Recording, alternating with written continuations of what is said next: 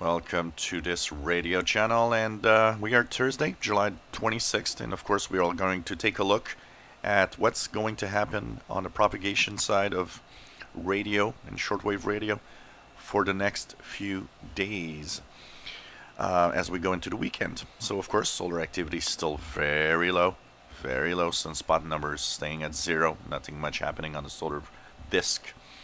Now, we had announced on Monday that there was a solar wind that was probably going to create unsettled conditions, and it did. You know, we've seen the K index move up to 4. Didn't actually create too much of a disturbance. There were some auroras that were seen across Canada and the northern hemisphere, and of course southern hemisphere also.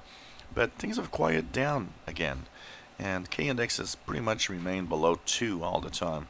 So conditions are not too bad, and you can expect that to probably continue into the weekend.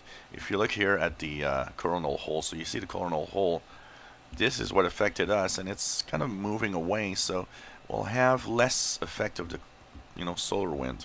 There's still a hole here, and here there's kind of broken up solar atmosphere where there could be a little bit of solar wind moving out, but overall it's looking not too bad for the weekend actually. So solar flux is very low, 66, one of the lowest numbers I've seen in a long time.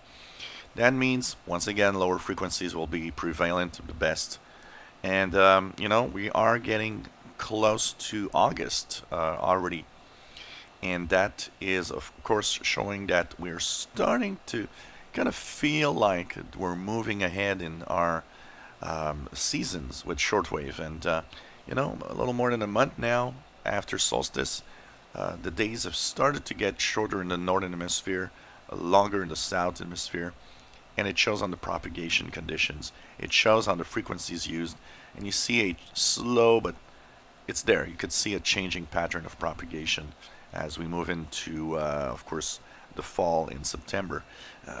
Not that far off, or time really flies, and the propagation effects are starting to show up. So some of the best propagation that I like is around the equinox. So August, September, October, and February, March, and April are kind of months that I enjoy. That I find propagation is often very nice to hear all sorts of places around the world. The fact that we're getting into day and night is pretty equal. In gray line propagation is actually improving also. So quieter conditions probably throughout the weekend. We'll see what's going to happen, but listen in, turn on the radio, and of course you'll try to choose lower frequencies.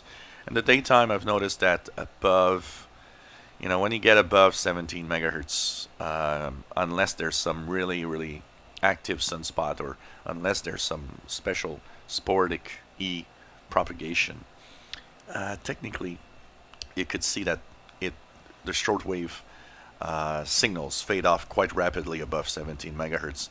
Maximum usable frequency is very low. But on the low frequency range, propagation has been amazing. I've been having some really strong signals. At night, 40 meter band, 7 megahertz has been incredible. Shortwave stations on the 49 meter band, 6 megahertz have been very strong. 04, 05, 06, I've been hearing many European signals. And really, that's pretty much where we're going at for the next few days. If you enjoy my videos, please subscribe, give us thumbs up. Thank you for watching.